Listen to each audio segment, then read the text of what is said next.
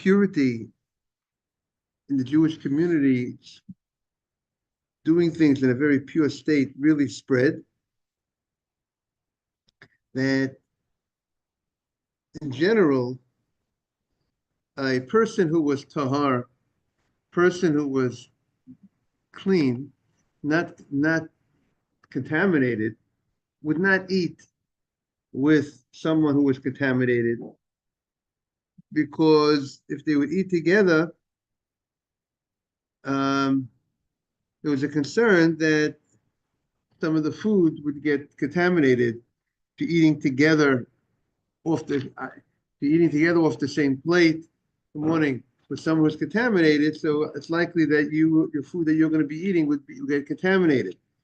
So the Gemara said, we did not need to tell us that a tahar, a person who is pure, is not able to eat together off the same, without some sort of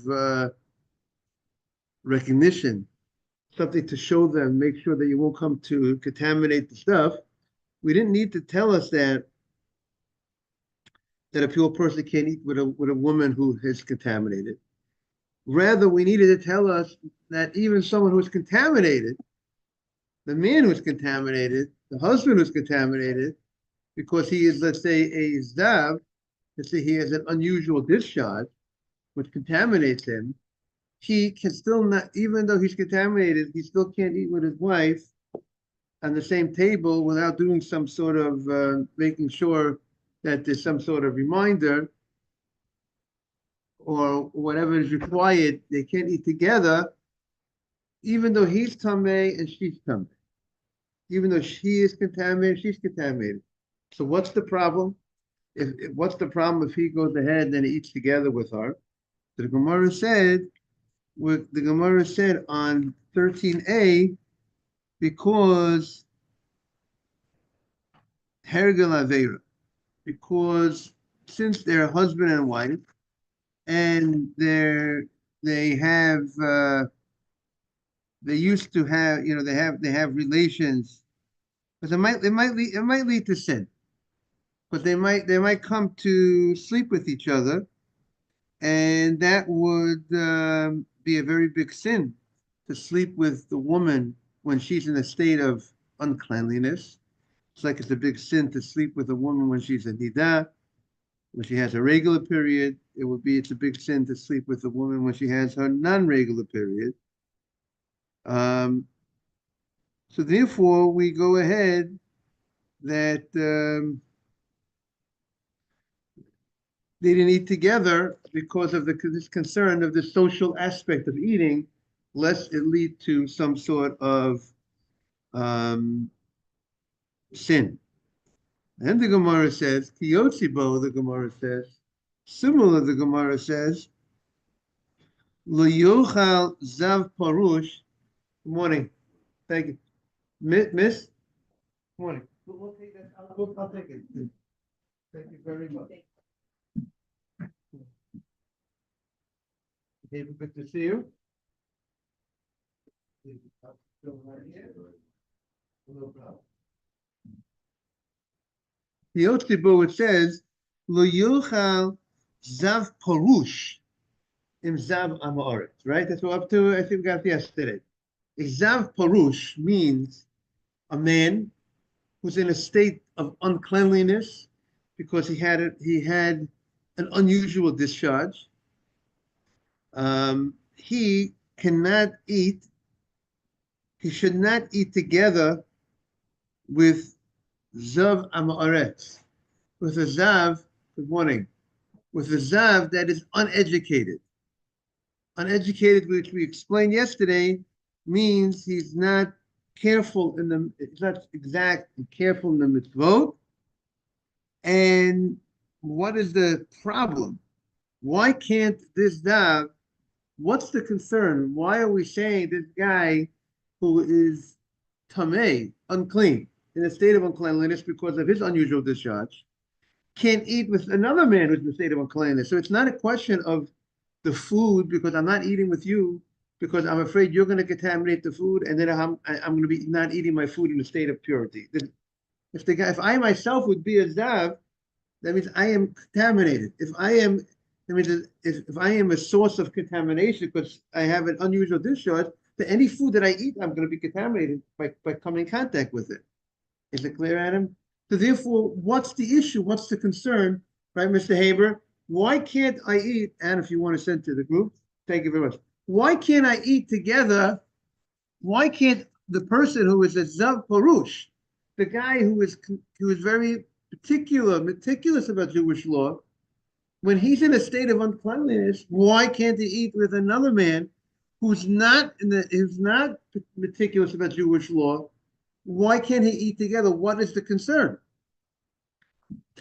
The Gemara says the concern is Shemi Yagilenu Etzlo. Maybe we're going to be if I'm going to eat with the person, if one man who has that unusual discharge eats with the other man who has that unusual discharge, if it's going to happen that you're going to become accustomed, you're going to get used to each other's company, and that's going to be the problem. You're going to be hanging out more together with each other. You'll spend more time with each other. What's the concern? So what's the problem if I eat with him and we spend more time with him together? What's the concern? The Gemara asks the Gemara's question. Chimagilo etzlo, when the right side of 13a1, towards the top of the page, Mayhave. What is the issue if he will frequent the company? The Zav, the guy who has the unusual discharge, who is learned, frequents the company of the guy, the Zav, who is not learned. What is the problem? So the Gemara says, Ella, that's not the issue. What's the concern?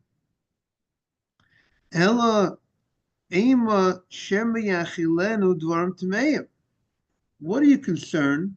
The concern is that the guy who's unscrupulous about Jewish law, the Amaretz, uneducated type of person who wasn't on top of his game, so maybe he's going to give the other guy the other Zav who is scrupulous something that's not pure. But what's the problem? We said that if the other guy who is scrupulous is in a state of impurity, what's the problem? Anyways, he's going to make things impure by himself touching it, even if the other guy would not be in a state, even if the other guy would give him pure things. Atu zav parush lav dvar tmeim achil. Isn't the zav parush? Isn't the guy who is learned and exact and is meticulous in his performance of mitzvahs? But if he's in a state of uncleanliness, so he's automatically eating. Everything he eats is going to be he'll become contaminated upon his contact with them. Abaye says, you know what the problem is?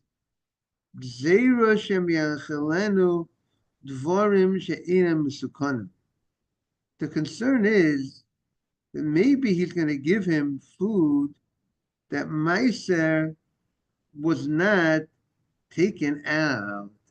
That means the following. If you're going to be eating, you are a meticulous about Torah law. Adam is meticulous, right? And he's eating with someone who's not meticulous. So it's true. There's no concern of the contamination of the food because both parties are contaminated. So if both parties have a source of contamination, they themselves are a source of contamination, and therefore there's no concern about that. But the concern is the other guy who's not meticulous, maybe he didn't take off ma'aseh. Maybe he didn't take off the types that are required to take off. And if he didn't take off the types that are required to take off, and he gives me food, so that's a big problem, big time. It's even because it's a big sin to eat food that's called tevel. Food that the types were not removed for the Levi and whatever needs to be done, the types, that food is tevel, and that food is forbidden to be eaten, and that's the concern. I will eat together with someone. If you're the educated zav, and you would eat with someone who's not educated, not careful about mitzvot, and you get friendly social with him, By the way, this is a interesting thing to try to take to modern day, situations where people get close with people who are not learned and exact. The concern of what are they going to feed you? What are they going to offer you? And maybe he's going to offer me things that are not that are the things that Maaser was not taken off, and therefore we are concerned. And by the way, that's the reason why if you buy produce from an Amaretz, an uneducated Jew, who is not careful about taking off the maaser, the rabbis say that's called demai. Demai is damai. What is this? What is this produce? Did that guy take off the pipes or not? So we have to go ahead, and we're not allowed to eat it if I buy it unless I separate. I have to separate the maaser. I have to just in case he didn't separate it. The possibility he did separate it. But because there's that a minority of those uneducated Jews did not separate the maaser. 10%, they knew about it, they weren't careful about it. And therefore, if I buy produce from them, this is a nice minority that don't take off that 10%. You see, Truma is any amount, and the rabbis recommend the average guy takes off 2% for Truma. 2% those uneducated Jews are willing to give out. So, but they weren't. But there was a majority that gave also 10%. After they gave the Truma 2% to the Kohen, they gave 10% to the Levi. But there was a nice minority that did not give that 10%. And therefore, the rabbis made that enactment, and therefore the rabbis were concerned, according to this opinion, that you should not go ahead and eat together with this uneducated Jew who's not careful and might give you food that's not. In essence, it's a concern of kashrut. It's not might not be kosher food that he's going to be giving to you. Good morning, Emmanuel. So the Gemara says, Rava disagrees with Abaye. He says that's not the concern. That's not the issue. Rov Amei Haaretz Ma'asrin. The majority are take off Ma'aseh. The majority of the uneducated Jews take off the tithes. Since they take off the tithes, so to eat from the produce of an uneducated Jew is rabbinic. Why? Because there's a majority. That we go after the majority. The majority says that they took off their tithes. But the rabbis say, rabbinically, I can't eat from the produce of an uneducated Jew because maybe he did not take off his tithes. So now to make a decree, a fence on that fence, to say I shouldn't eat with him because maybe he's going to give me food and even if he does give me food that might maybe he's going to give me, maybe it's going to cause him to give me food. But even if it causes him to give me food, who says he's going to give me food that's but even if he gives me the food, it's technically kosher because majority take off. So that is called the gzeira. So Rava says that would be called gzeira. That's a fence on top of a fence, and therefore, since it's a fence on top of a fence, there's no, that would not be the problem. We would not forbid you to eat with him because maybe he's going to give you something. So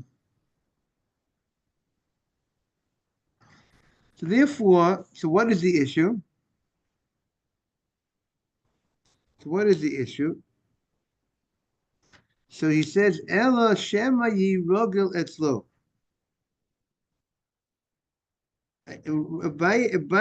Rather, the concern is that maybe you're going to become very frequent by him. If you're going to eat together, if you, the Zav, who is meticulous about Jewish law, would eat with this Zav, who's not meticulous, who's Amoretz. If you start eating with him, you become very socially connected to him. Shem Yeroga Etzlo. And then what will happen is then you might eat with him even when you are in a state of purity and he's in a state of uncleanliness. And then he will give you food that is tameh. Because remember, the Zav is a person who, the Zav tameh, or the Amoretz, or the uneducated Jew, even if he's not a Zav, he's going to go ahead and he's not careful about eating food in a state of purity. And because he's not careful eating food in a state of purity, if you're going to go ahead and eat with him, now when you're both contaminated, you're going to come and eat with him when you are pure. And therefore, he's going to give you food. This is a concern. He's going to give you food that is tameh, that is contaminated. And we want to protect, and as we know, we want to protect you from eating food because the people in those days were eating food in a state of purity. So therefore, they made this concern, this enactment. Now, Iboyulahu. So the Gemara asked the following question. Now we're going to go ahead. A fascinating question. Nida, a lady that's a nida. I don't know if I said hello to Asaf. Good morning, Asaf. Nida Mahu Shetishan in Baila. We're going to see how this is going to connect eventually to our Mishnah. A lady who's in a status of Nida. And if she's in the status of Nida, she's forbidden to the husband, right? She had a period.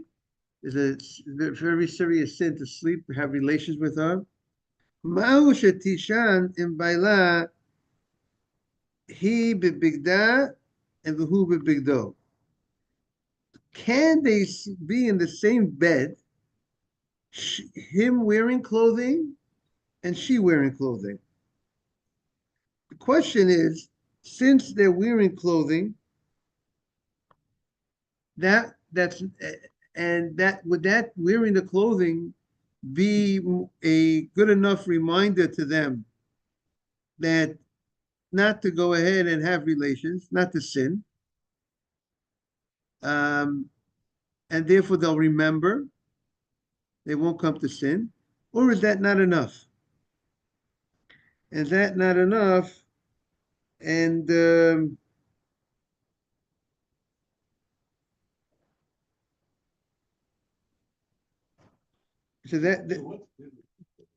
okay, you're asking a great question. We're going to see what's biblically prohibited for a husband to be when a lady is in a state of nida. So what's biblically prohibited, what's clearly biblically prohibited? Sleeping with her carries with her the punishment of parade, which the Rambam says is to lose the next world. Intercourse, right? Being intimate with her, exactly. What about being physical with her, doing things of kissing her, hugging her, being physical contact in a way of showing affection, in a way. So that is forbidden with a nida, even though you're not being intimate with her. But that is an argument between the Rambam and I mean halachically, we're going to see this discussion, I think, coming up in the Gemara. But in bottom line law, Maimonides writes that there is a biblical prohibition for a man and for the woman to be physical with each other, even not intimate with each other, when she's in a state of nida. Holding hands. Holding hands, exactly. That is a physical act with affection. But a high five is not. A high five, that would be questionable. I think it's up in the air. What let's say a handshake. If it's a handshake just for the a business handshake, right? In the world of business, right? So some would say that if maybe if a man gives a handshake to his wife, it's more different than a guy gives a handshake. I'm saying meaning if a handshake in the business world might be not not for physical, not done in a way that's something that's leading to anything that is the type of item. The Torah says, "Good morning, Nathan." The Torah says, "Don't get close to reveal, to cause." So the question is, how do we understand that verse? When the Torah says, "Don't get close," is it referring? Is the Torah actually forbidding the act of don't get close, don't do things of physical things that will lead you to the sin? And Maimonides says that the punishment for that is lashes, meaning there's a prohibition to be physical with a woman when she's in a state of nida, whether it's one's wife, or whether it's someone else's wife, or whether it's not someone else's wife, it's a single girl when she's in nida, is a biblical prohibition to be, according to Maimonides, to be physical with her, even not intimate with her. And it's like any other biblical prohibition that the Torah that if it has an act, just being physical act of hugging or kissing, holding hands, would be Torah would carry lashes. That okay. That would be, So, I would understand the way they use it is affectionate. Meaning if a guy's right. Show me the gear means the words mean are you do you guard touching. You don't touch. When they say not touching, they mean affection. Meaning the thing is that's usually used. The guy is going out with the girl. Are you a type of guy that's showman the gear, that you're careful not to be physical with her in any fashion, meaning in any affectionate fashion? They don't mean if you hand her something and by mistake you touch her by handing her something. There's no problem. A guy, guy's going out with a girl, you hand her a safer, she takes it, that's not a problem. You go to the cash register and you take change, you give change. That doesn't seem, that's not in the ballpark the concern of Showman Agia. Showman Agia is when you're doing anything with an affection for a showing your love, your attraction or whatever to that woman, like a guy's dating a woman. So Showman Agia means, morning Daniel, that guy from the time he goes out with her from the first time to the day till they get married, there's no touching. that's a law. Right, exactly. No handshake. Right, exactly. Morning, Daniel. If in the business world, or when you want to, you do it. You meet someone, you shake them. It's not really done in a way of real affection, and therefore, even I don't believe that there would be a biblical prohibition for that. But many of the rabbis, they say that's a halachic question that different rabbis might say different things on. Some rabbis, in the yeshiva world, they will not. The rabbis would tell the people, even though it's not for affection purposes, but you should not be shaking a woman's hand, and therefore they would tell the person, they would tell that you'd be very polite and you'd be apologetic in a way that no, you're trying to say not to offend them. Say, you know what, for religious reasons, it's nothing about you. You know what I'm saying? For religious reasons, I don't shake. But sometimes you got to be smart about it. That if you know you're going to meet this woman, so maybe hold something in your hands, so so it won't happen. I will tell you from personal story. I was involved in my neighborhood with a congresswoman who we worked hard, Mr. Haber, to get it to be more pro-Israel. And I was very involved with that for a number of years. I told her, her chief of staff, because I tipped her off in advance and said, but she knows she worked with the Hasidim also. So part of a district was the Hasidim from Williamsburg. So she knew, it wasn't that she didn't know, like the congressman knows about these things. But it's smart, sometimes you could tip off, you know what I'm saying? That happened to be a particular, situation. A lot of the people, you walk into a bank and you want to, if you go to talk to a banker, a lot of them, if you look like a rabbi, they know already. They're not shaking. Powerful people. They know already. People in the, right, exactly. They know already. They've dealt with enough people with beards, and but, you know, and so even if you don't have a beard, but they'll be understanding. You know what I'm saying? But the bigger issue is when people, like what you said, is people who are doing it for showing affection, and people have to be willing to control themselves, and that's why this whole business of long-term dating. If a person's dating a woman for a long amount of time, they're setting themselves up for challenges of you're dating her for so long, but you're not allowed to be physical with her throughout the whole process until you get married.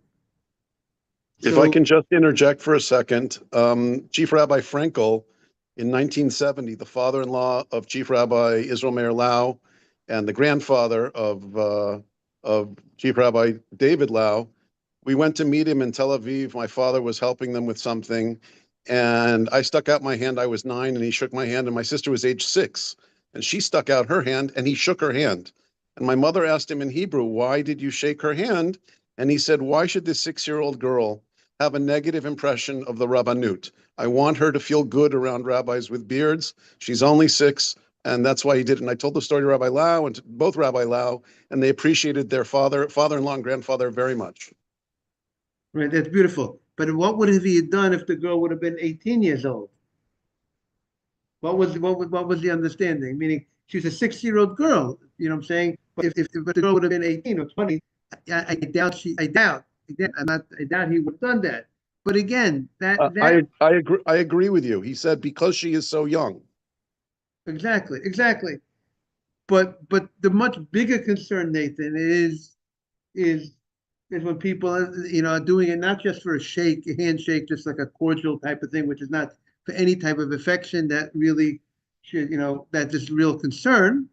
I mean, maybe part of the concern is like who knows, but the big issue is the guys that are dating, that's the big issue, or other types of things that it has become, certain communities they kiss, they kiss women. It's a way of saying hello. It's a way of saying goodbye.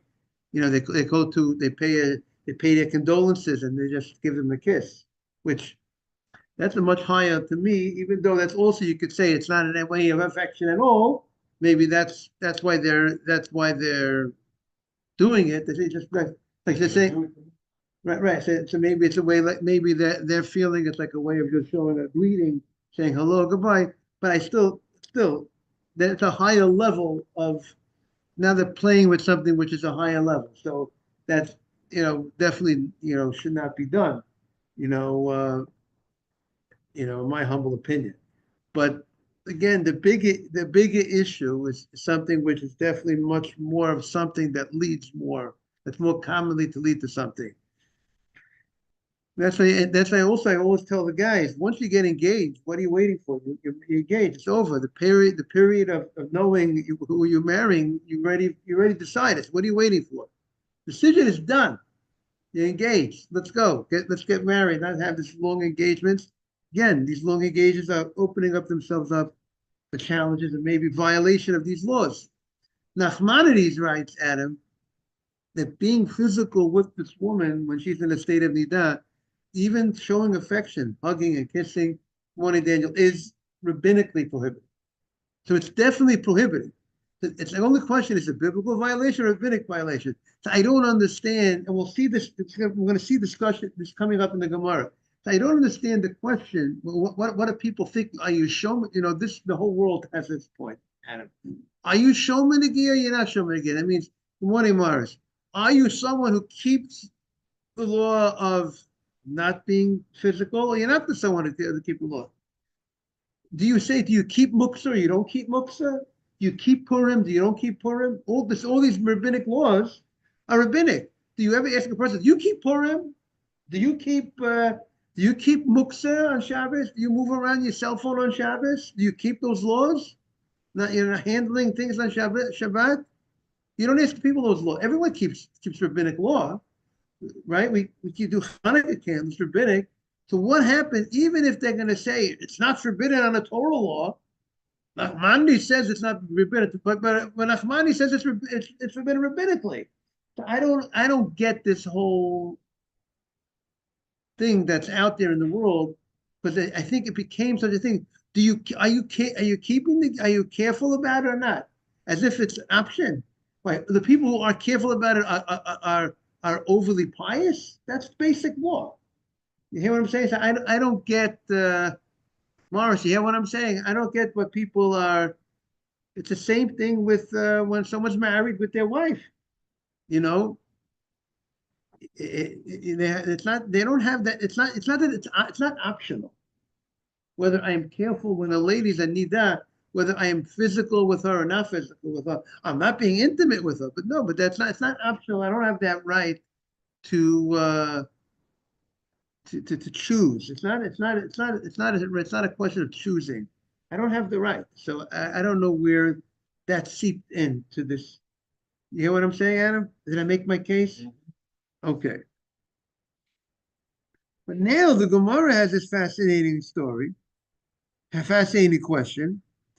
If if she does something and the husband does something, here this Morris, here's the case, Morris. The husband is going to sleep at night. Now we know when a wife is in nida, the law is a husband and a wife, even though they're not being intimate, if she's in nida, you can't sleep on the same bed. And therefore, people have to be careful before they get married. A lot of people don't even know about it.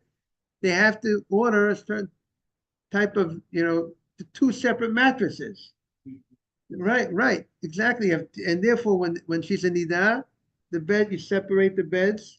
You don't, arm's length. They should not be able to, hit into her and whatever. And that's you need that when she's in nida. When she's not in nida, the beds are together. When she's in nida, you separate the beds. You can't sleep on the same bed. Can't. That is that is the law. So here the question, but here the Gemara is discussing, what about if she's wearing clothing and they're going to sleep in a way that he's wearing clothing, she's wearing clothing? Would that serve of enough of a protection, enough of reminder of their state, and enough of a protection? And would that be permitted or not? So that is the Gemara's question. So what does the Gemara say? So the Gemara says, Amar Rabbi Yosef, Tashma. Come in here. We're going to answer the question from the following case. Ha'uf ola emagvina ala shulchan. Excuse me. Chicken. According to Beis Shammai, you could put chicken on the same table with cheese. We don't put we don't put you have your deli and you have cheese. You don't put deli and cheese on the same table, right? You'll have a separate tablecloth for your dairy, separate tablecloth for your meat. Simultaneously, you wouldn't put the piece of cheese. Let's say on this table, I'm not allowed, I can't put cheese right over here, a piece of cheese, and a piece of deli on the same table, because I have the cheese and the deli on the same table. I might come to eat the cheese and the deli together, right? If I have it separately, I have it on a separate table or a separate place, no problem. You can have the cheese out and the deli out in two different places.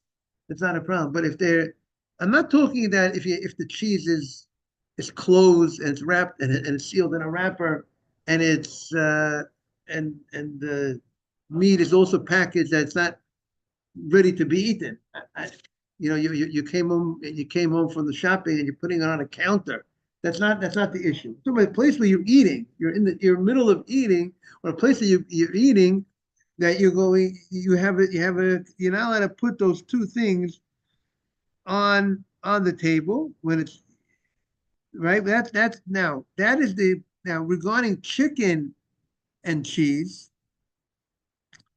Beis Shammai says, very interesting, he is lenient that you're allowed to go ahead and put the cheese and the chicken on the same table, but you're not allowed to go ahead. You're not allowed to eat it. You're not allowed to eat it together. Now the Torah says, the Torah talks about the biblical prohibition of eating meat and cheese, meat and milk together. Is the Torah talks about an animal, a domesticated animal, and it would apply to non-domesticated animals as well. Behema, the family of animals. But chicken, the question is chicken and cheese permitted to cook together and eat together on a Torah level or not? So Beis Shammai says you're allowed to go ahead and cook cheese and chicken on a Torah level together. It's a rabbinic, good morning, Mari. It's a rabbinic prohibition to go ahead and have chicken and cheese together. Because if you have chicken and cheese, dairy, that's all you come to have what? Meat and cheese together, right? People don't differentiate too much when once you're in that, so to speak, meat, chicken is like very part of that meat, the broader meat family, even though we all know chicken is not meat, right? And therefore, it's maybe more festive on Yom Tov, to have meat over chicken. And also, I would say most probably in Purim as well. Got to check into that as well. Look into that. Well, more festive, honoring it with meat over chicken. But even though that's being that's rabbinically prohibited, so Beis Shammai is not concerned. He's not going to say don't have it on the same table in the morning because maybe you're going to come eat it together. Because even if you make the mistake and eat it together, it only would be a rabbinic prohibition.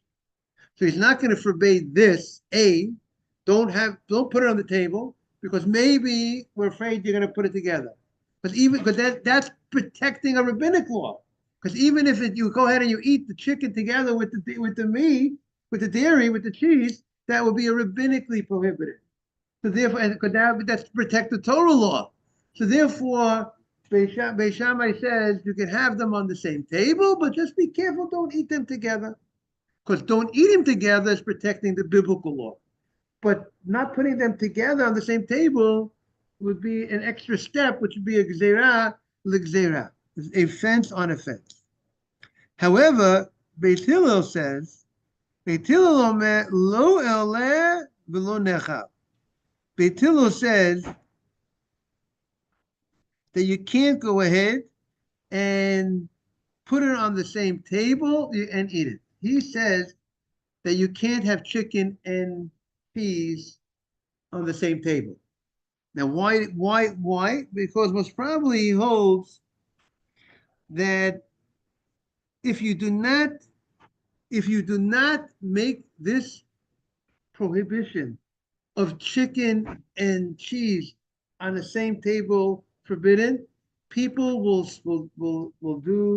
put meat and cheese on the same table. People will not. In order to keep this prohibition, you have to extend it to chicken and cheese because people don't see the difference. I presume that would be one of the ways. That is one way to explain it,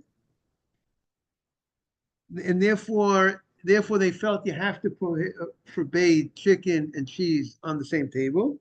And I see they quote in the name of the Ritva. The Ritva says that he has a different answer. He says the fact if they're both on the same table, it's so close that you're going to go ahead and eat them together. So therefore, it's not considered a fence on a fence because it's like this act of putting the chicken and the cheese on the same table is like you're eating it. That's pretty much you could bet your bottom dollar that you're going to come to eat it together, and therefore, if you eat that we need to guard that. You shouldn't come to eat meat and cheese together. So therefore, that's how someone will approach why it's not called a fence on a fence, because we look at it as if this act of putting it together is as if you're saying you're going to eat it together, and therefore we have to protect not to come to eat meat and dairy together. I want to wish everyone a beautiful Shabbat, and we'll see everybody hopefully on Monday. By the way, you could bring a friend. If everybody brings a friend, we double the crowd. How do you Shabbat like shalom. that? Oh, Have Shabbat you, shalom, you Israel. too, Nathan. Thank you so much. You too, Seth. But yeah, buy one and get one free. You got it.